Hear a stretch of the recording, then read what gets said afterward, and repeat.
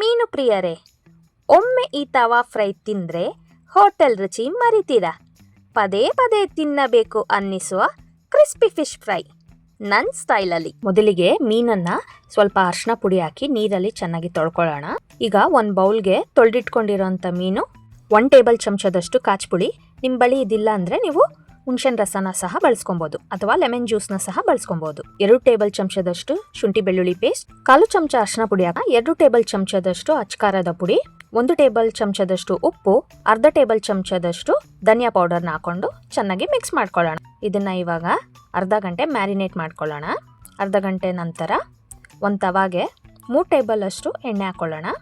1 ಗರಿ ಕರಿಬೇವು ಸೊಪ್ಪನ್ನ ಹಾಕ್ಕೊಂಡು ಫ್ರೈ ಮಾಡೋಣ. ಇವಾಗ ಅದ್ರ ಮೇಲೆ ಮೀನನ್ನ ಹಾಕಿ 5 ನಿಮಿಷ ಗಂಟ ಫ್ರೈ ಮಾಡ್ಕೊಳ್ಳೋಣ ಲೋ ಫ್ಲೇಮಲ್ಲಿ. ಈಗ 5 ನಿಮಿಷ ಬಳಿಕ ಮತ್ತೊಂದು ಸೈಡ್ ತಿರುಗಿಸಿ ಹಾಕಿ 5 ನಿಮಿಷ ಬೇಯಿಸ್ಕೊಳ್ಳೋಣ. ನೋಡಿ, ಈ ರೀತಿ ಕ್ರಿಸ್ಪಿಯಾಗಿ ಫ್ರೈ ಆಗಿರುತ್ತೆ.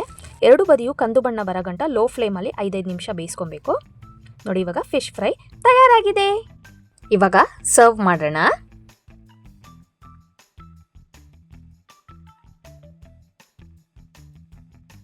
ಗಾರ್ನಿಷ್ ಮಾಡ್ಕೊಳ್ಳೋದಕ್ಕೆ ಸೌತೆಕಾಯಿ, ಈರುಳ್ಳಿ, ಕೊತ್ತಂಬರಿ ಸೊಪ್ಪು, ಲೆಮನ್ ಜೊತೆ ಗಾರ್ನಿಷ್ ಮಾಡ್ಕೊಳ್ಳೋಣ.